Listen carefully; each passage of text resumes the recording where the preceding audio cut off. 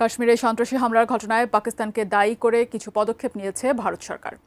তার পাল্টা প্রতিক্রিয়ায় পাকিস্তানও বেশ কিছু পদক্ষেপ নিয়েছে ভারতের বিরুদ্ধে। দুই পক্ষের পদক্ষেপের মধ্যে সিন্ধু ও সিমলা নামে দুটি চুক্তি বাতিলের প্রসঙ্গ রয়েছে।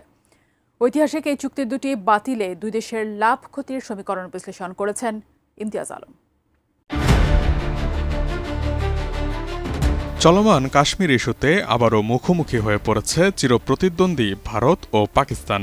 সন্ত্রাসী হামলায় পাকিস্তানকে দায়ী করে ভারত বাতিল করেছে সিন্ধু জলবন্টন চুক্তি। পাল্টা প্রতিক্রিয়ায় পাকিস্তান বাতিল করেছে সিমলা চুক্তি। দুই দেশে শান্তিপূর্ণ ভারসাম্য বজায় রাখতে ঐতিহাসিক এই দুটি চুক্তির বেশ বড় ভূমিকা ছিল। কিন্তু এখন প্রশ্ন, চুক্তি বাতিলের কারণে কোন দেশ কতটা ভুক্তভোগী হবে, কেমনই বা প্রভাব পড়বে উপমহাদেশের রাজনীতিতে।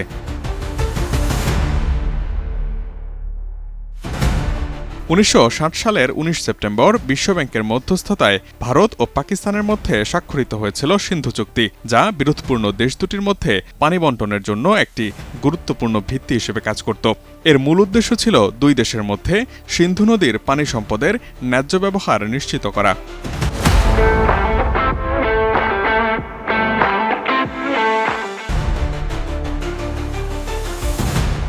করাচিতে ভারতের প্রধানমন্ত্রী জওহরলাল নেহেরু এবং পাকিস্তানের প্রেসিডেন্ট আইয়ুব খানের মাধ্যমে স্বাক্ষরিত চুক্তিটির অধীনে পূর্বদেশীয় তিনটি নদী বিপাশা, রবি ও শতদ্রুর নিয়ন্ত্রণ ভারতকে দেয়া হয়েছিল। অন্যদিকে পশ্চিমের তিনটি নদী সিন্ধু, চন্দ্রভাগা এবং ঝিলামের নিয়ন্ত্রণ দেয়া হয় পাকিস্তানকে। সিন্ধু চুক্তি বাতিল হলে এর বড় প্রভাব পড়বে পাকিস্তানে। পাকিস্তানের সবচেয়ে বড় এই নদী ভারত হয়েই পাকিস্তানে প্রবেশ করে। পাকিস্তানের প্রায় ৮০% সেচযোগ্য জমি সিন্ধু নদী ব্যবস্থার পানির উপরই নির্ভরশীল। এই নদীর পানি গম, ধান, তুলা এবং আখের মতো প্রধান ফসল উৎপাদনের জন্য অপরিহার্য। প্রতিবেশী অনেক দেশের তৈরি পোশাক খাতের কাঁচামালের যোগান আসে পাকিস্তানের উৎপাদিত তুলা ও সুতা থেকেই। এছাড়া পাকিস্তানের মোট জনসংখ্যার প্রায় ৭৫% বা ১৬৫ মিলিয়ন মানুষ সিন্ধু অববাহিকায় কৃষিখাতের উপর নির্ভরশীল। কৃষিখাত পাকিস্তানের জিডিপির প্রায় ২৫% অবদান রাখে এবং প্রায় ৯০% খাদ্য ফসল উৎপাদনের জন্য পানি সরবরাহ করে এই নদীর পানি ব্যবস্থা। ২০২২ সালে পাকিস্তানের গম, ধান এবং তুলা রপ্তানি থেকে ৪.৮ বিলিয়ন মার্কিন ডলার আয় হয়েছিল। তাই সিন্ধু নদীর পানি প্রবাহ ৫ থেকে ১০% কমে গেলেও ফসলের উৎপাদন হ্রাসের ফলে জিডিপির প্রায় ২ থেকে ৫% পর্যন্ত ক্ষতি হতে পারে, যাতে করে পাকিস্তানের প্রায় কয়েক বিলিয়ন ডলারের ক্ষতি হওয়ার আশঙ্কা রয়েছে। এছাড়া করাচি, লাহোর এবং মুলতানের মতো বড় শহরগুলোর পানি সরবরাহ হয় সিন্ধু নদী ব্যবস্থা থেকেই। পানির ঘাটতি শহরে অস্থিরতা এবং জনস্বাস্থ্য সংকট সৃষ্টি করতে পারে। এছাড়া সিন্ধু নদের উপর নির্মিত জলবিদ্যুৎ দিয়ে পাকিস্তান দেশের ৩০% বিদ্যুৎ উৎপাদন করে। তাই নদীতে পানির প্রবাহ কমে গেলে বিদ্যুৎ উৎপাদন ব্যাহত হবে, যা শিল্প ও গৃহস্থালির জন্য বড় একটি সংকট তৈরি করবে। শিল্প উৎপাদন হ্রাস এবং বিদ্যুৎ আমদানির খরচ বাড়লে তা পাকিস্তানের বৈদেশিক মুদ্রার রিজার্ভের উপরও চাপ সৃষ্টি করবে।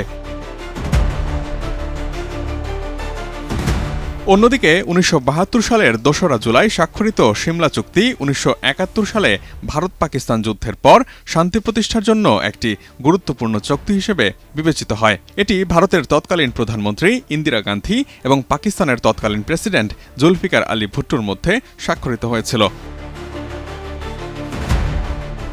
সিমলা চুক্তির একটি গুরুত্বপূর্ণ বিষয় হচ্ছে কাশ্মীরের লাইন অফ কন্ট্রোল বা এলওসির স্বীকৃতি। এই চুক্তির মাধ্যমে দুই দেশের লাইন অফ কন্ট্রোলকে মেনে নেয়া কাশ্মীরে পূর্ণমাত্রার যুদ্ধ থেকে ঠেকিয়ে রেখেছে দুই পারমাণবিক শক্তিধর দেশকে। চুক্তিটি ভেঙে গেলে দুই দেশের সামরিক ও যুদ্ধবন্দী সমাধানের পথকেও কঠিন করে তুলবে।